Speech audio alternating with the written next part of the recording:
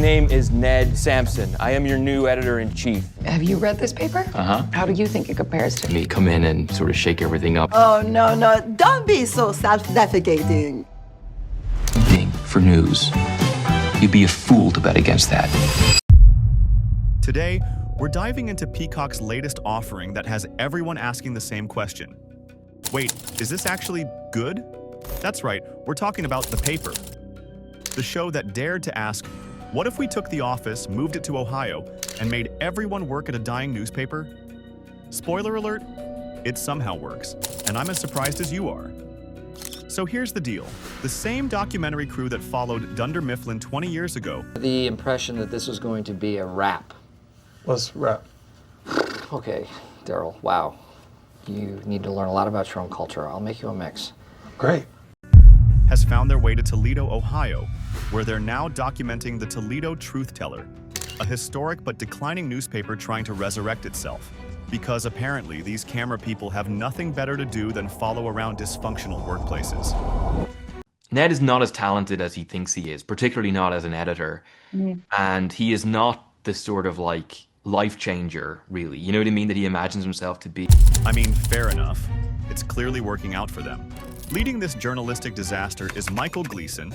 Sorry, I mean the character played by Domhnall Gleeson, who's basically what would happen if you gave a golden retriever an English accent and made it the editor of a newspaper.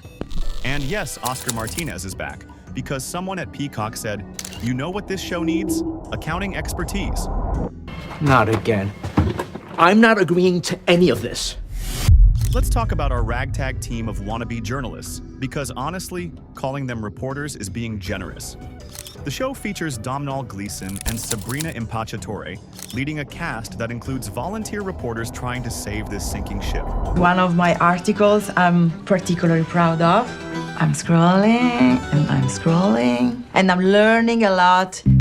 Gleeson's character is essentially Michael Scott's optimistic British cousin who went to journalism school. He's got that same delusional confidence, but instead of selling paper, he's trying to save it. The irony is not lost on us, and frankly, it shouldn't be lost on the writers either. Then we have Oscar Martinez, our beloved accountant from Scranton, who's apparently traded spreadsheets for, well, different spreadsheets, but now they're about newspaper budgets. Character growth, people. Oscar's still the same analytical, slightly exasperated voice of reason we fell in love with, except now he's dealing with journalists instead of salespeople. Honestly, I'm not sure which is worse. Now, let's address the elephant in the room. Or should I say, the documentary crew in the room. The show opens by telling us that in 2005, a documentary crew began following employees at a Scranton office, and 20 years later, they're back. The genius move here is that they didn't try to pretend this wasn't connected to The Office. Instead, they leaned into it harder than Jim leaned into pranking Dwight. It's meta without being obnoxious about it, which is a tightrope act that could have gone very, very wrong. The season follows the classic group of misfits trying to save their workplace formula, but with a twist. Newspapers are actually dying in real life, so there's genuine stakes here. It's like The Office meets Spotlight, but with more awkward silences and fewer Pulitzer Prizes. The pilot episode shows us how the documentary crew discovers this historic Midwestern newspaper and the publisher trying to revive it. Right off the bat, you can tell this isn't going to be your typical corporate comedy. These people aren't just incompetent. They're incompetent with a noble cause, which somehow makes their failures both funnier and more tragic. Throughout the season, we watch as this team of volunteer reporters, and I use the term reporters loosely, stumble through everything from covering local city council meetings to attempting investigative journalism. It's like watching a group of kindergartners try to perform brain surgery, except the kindergartners have more focus. Here's where the paper actually succeeds. It understands what made The Office great wasn't just the awkward humor, it was the heart. These characters genuinely care about what they're doing, even when they're terrible at it.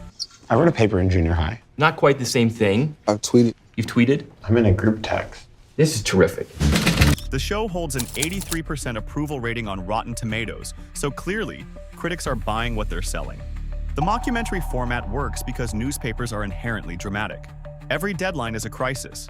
Every story could be their big break, and every budget meeting could be their last. It's workplace comedy with actual consequences, which gives the humor more weight. Domhnall Gleeson brings a different energy than Steve Carell did as Michael Scott. Where Michael was delusionally confident, Gleason's character is desperately hopeful. He knows the odds are against them. That was a woman I was talking to. So she had a very low voice. Probably a smoker. So. But he's going to smile through the apocalypse anyway. It's endearing and heartbreaking in equal measure. What the paper gets right is that it doesn't try to be The Office 2.0. Instead, it's The Office Next Generation. The documentary crew conceit allows for those perfect talking head moments where characters can reveal their inner thoughts. But the setting gives us fresh material. Instead of sales calls and corporate meetings, we get interviews with local politicians who have no idea they're being interviewed, and attempts at investigative journalism that would make actual journalists weep. The comedy comes from the gap between their ambitions and their abilities, which is comedy gold. Fantastic, and we're clapping, and we're thumbs upping. We're thumbs upping and we're nodding. Feel the energy and we're smiling. Without spoiling too much, some of the season's best moments come from the most mundane situations. A city council meeting becomes a thriller when our intrepid reporters think they've uncovered corruption but actually just misunderstood municipal budgeting. A human interest story about a local bakery turns into a 3-episode arc about the philosophy of small business ownership. The show's secret weapon is its willingness to let characters be actually competent sometimes. When they occasionally get something right, it feels earned rather than accidental. It's character development disguised as situational comedy. The paper has taken over the streaming charts within just 2 days of its release, and honestly, it deserves the attention. It's not trying to replace The Office. It's trying to be its own thing while existing in the same universe. Because Jim can take me home after, so you're off the hook. Okay, great. Off the hook. Okay. Excellent. Okay, cool. I got this. All right, have fun. Thank Don't drink and drive. And that's exactly what it should be doing. Is it perfect? Number. Does it occasionally lean too hard into The Office comparisons? Maybe. But does it give us characters worth caring about in situations that are genuinely funny and surprisingly touching? Absolutely. So there you have it. The Paper Season 1 in all its chaotic, heartwarming glory. A show about people trying to save local journalism while barely understanding what journalism is. It's The Office meets Parks and Recreation, with a dash of existential dread about the death of print media. I'm keep together with everybody. You're stranded on a desert island. What is the one thing that you bring with you? Silence. Did you know that the food you eat becomes energy? Boom, that's spaghetti. Nachos. That's my husband. What did you think of the paper? Are you team, this is a worthy successor, or team, leave The Office alone? Let me know in the comments. And don't forget to subscribe for more recaps that are definitely more organized than the Toledo Truth Tellers newsroom.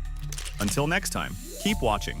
And remember, if a documentary crew ever shows up at your workplace, maybe it's time to update that resume.